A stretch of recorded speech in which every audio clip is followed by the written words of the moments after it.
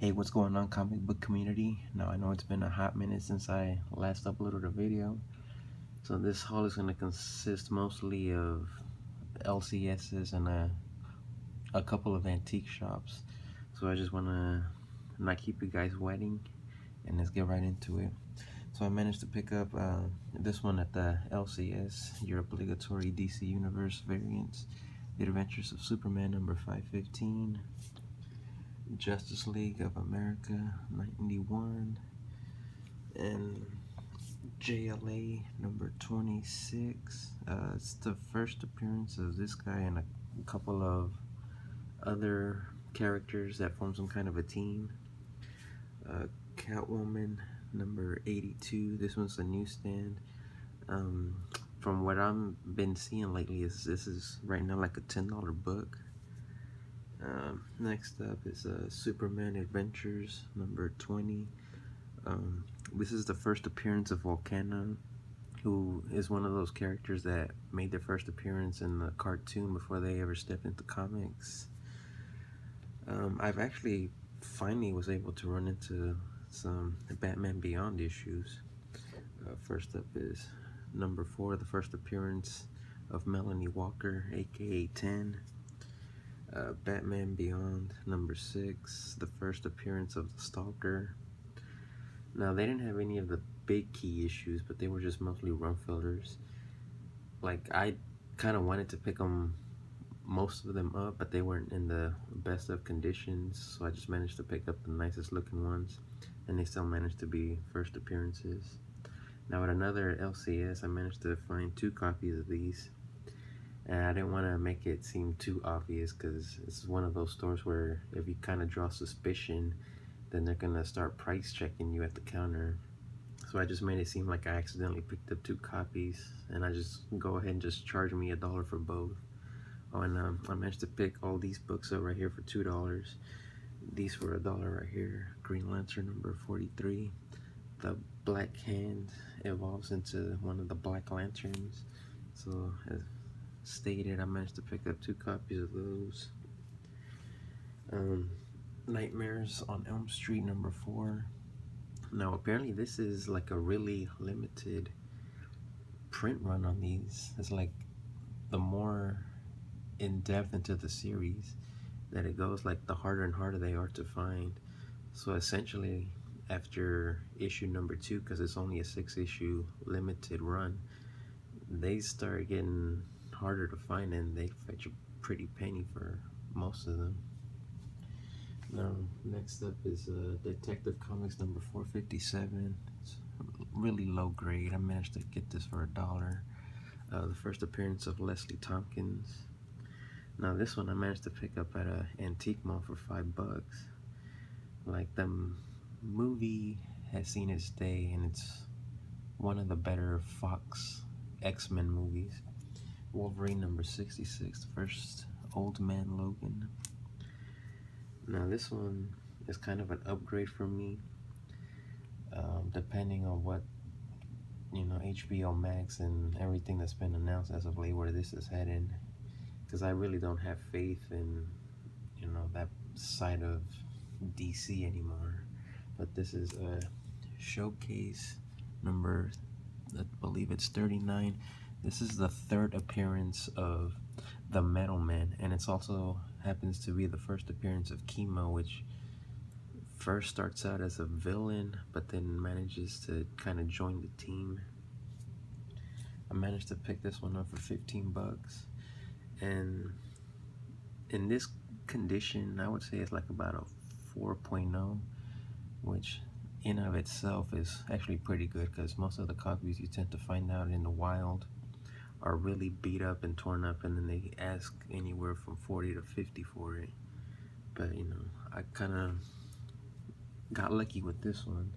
Then I managed to find this one for $15, which is a book I've actually been after for years, but I just finally managed to get my hands on one. The Punisher number 1 from the limited series. What's funny about this is kind of a story is that I never seem to run across Spider-Man number 129, the first appearance of the Punisher, until today when I went into my honey hole and they had it up at their counter and they were asking $1,800 for it.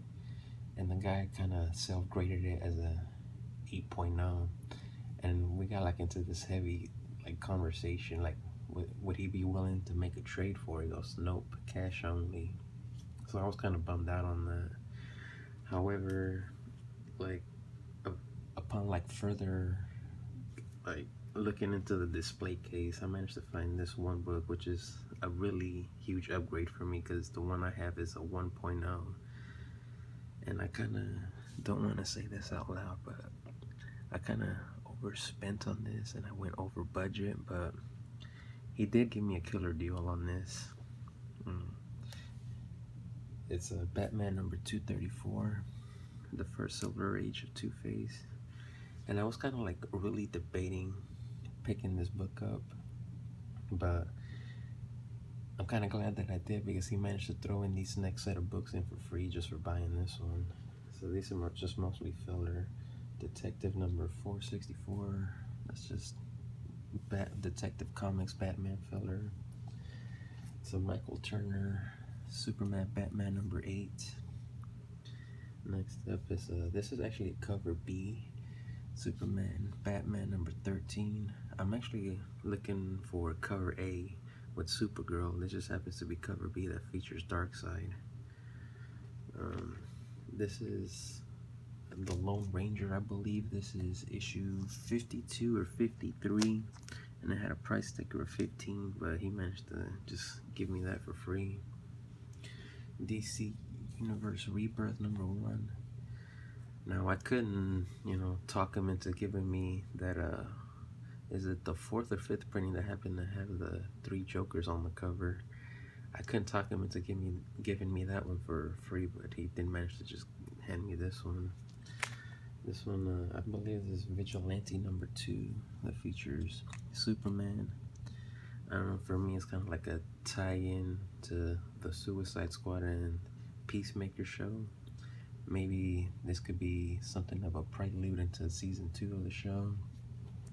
And he also threw in this one for free. Firestorm, the Nuclear Man number 1, the first appearance of Ronnie Raymond, aka Firestorm. Now I would say that this next book, it was totally unexpected because I never even actually was on the hunt for this book.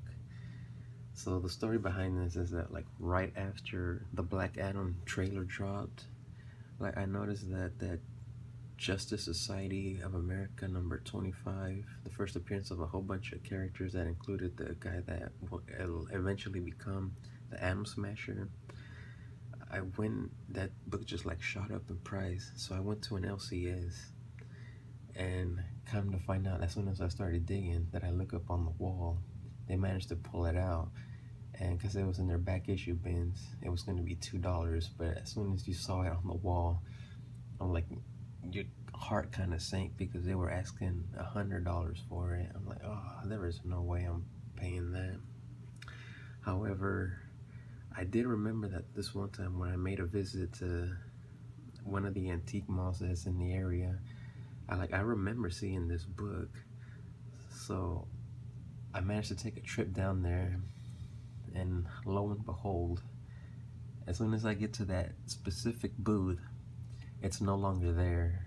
So you went from a booth that was just filled with collectibles like Yu-Gi-Oh, Pokemon, Magic the Gathering, and comics, and the whole DC section would just happened to have that particular book in there just wasn't there anymore, and it got replaced by some kind of candle incense booth, and my heart just sank. However, I didn't feel too down about it because I just managed to just walk the area, that like specific section at the antique mall, and then like right down that aisleway there was this booth that just happened to have comics in it, and I managed to finally get my hands on one of these, and it wasn't even a book I intended to find, and that's Hulk number 449, the first appearance of the Thunderbolts, and I only managed to pick this bad boy up for 25 bucks.